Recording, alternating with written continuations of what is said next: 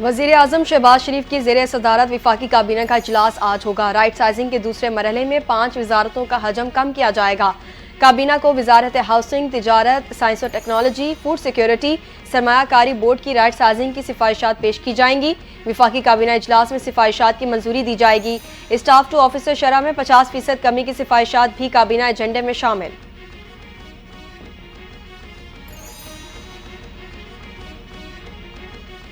9 مئی کے پرتشدد واقعات میں ملوث ملزمان کو سزائیں۔ ملٹری کورٹ کی جانب سے عذاب پانے والے 11 ملزمان کو سینٹرل جیل لاہور منتقل کر دیا گیا۔ ملٹری کورٹ نے 21 دسمبر کو 25 ملزمان کو پہلے مرحلے میں 2 سے 10 سال تک قید کی سزائیں سنائی تھیں۔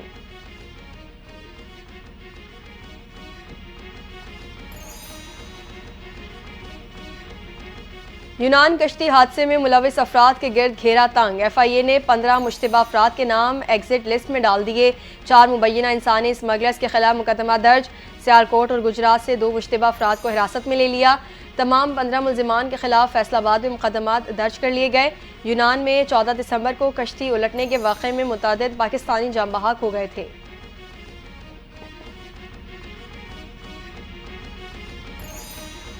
حکومت اور پی ٹی آئی کے درمیان غیر مشروط مذاکرات ہونے چاہیے۔ ایک دوسرے کے مینڈیٹ کو تسلیم کرنے کے لیے تیار ہوں گے تو کامیابی ہوگی۔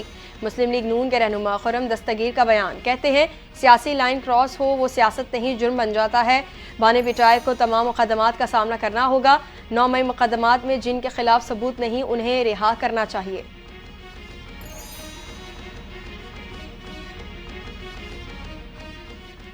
صدر اور وزیر اعظم کا تمام سیاسی سٹیک ہولڈرز کی مشاورت سے آگے بڑھنے کا فیصلہ۔ آصف زرداری سے وزیر اعظم شہباز شریف کی ایوان صدر میں ملاقات۔ پی ٹی آئی سے مذاکرات اور مدارس بل پر بات کی گئی۔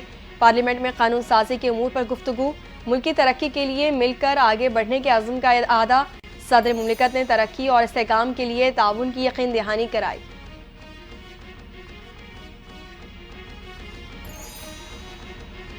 آئین اور عدالتوں میں اندرونی معاملات حل کرنے کی مکمل صلاحیت ہے۔ پاکستانی قوم اندرونی مسائل حل کرنا جانتی ہے۔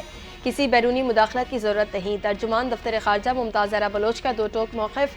کہا پاکستان نے ماضی میں بھی مختلف پابندیوں کا سامنا کیا، ہمیشہ اپنی سیکیورٹی پر توجہ مرکوز رکھی اور مستقبل میں بھی ایسا ہی ہوگا۔ ایسے اقدامات پاکستان کی دفاعی پوزیشن کو کمزور نہیں کر سکتے۔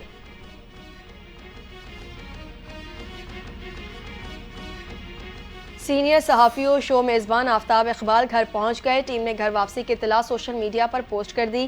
کہا گیا مشکل وقت ہے، ہر اس شخص سے تہہ دل سے شکر گزار ہیں جنہوں نے دعا کی۔ آفتاب اقبال بحفاظت گھر واپس آ گئے ہیں۔ آفتاب اقبال کی بیٹی عائشہ نور اقبال نے میڈیا سے گفتگو کرتے ہوئے کہا تھا کہ والد کو برطانیہ سے واپسی پر دبئی ایئرپورٹ سے گرفتار کیا گیا۔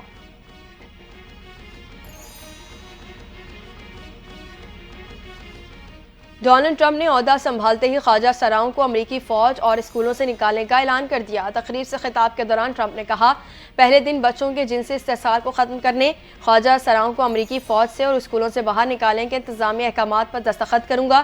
ڈونلڈ ٹرمپ کا منشیات کے کاروبار میں ملوث کارٹلز کو دہشت گرد گروپ قرار دینے کا بھی اعلان۔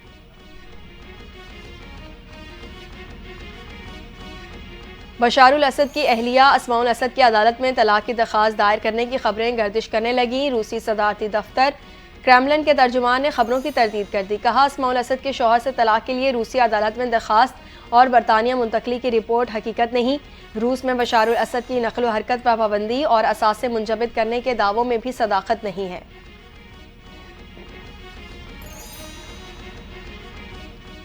مشہور بھارتی فلم ڈائریکٹر شیام بینیگال 90 برس کی عمر میں چل بسے۔ شیام بینیگال گردے کے عارضے میں مبتلا تھے۔ بیٹی پیا بینیگال نے والد کی موت کی تصدیق کی۔ اداکاروں سمیت بھارتی فلم انڈسٹری کے متعدد افراد نے دلی افسوس اور رنج کا اظہار کیا۔ فلم ڈائریکٹر شیام بینیگال نے لیجنڈ قرار دیا۔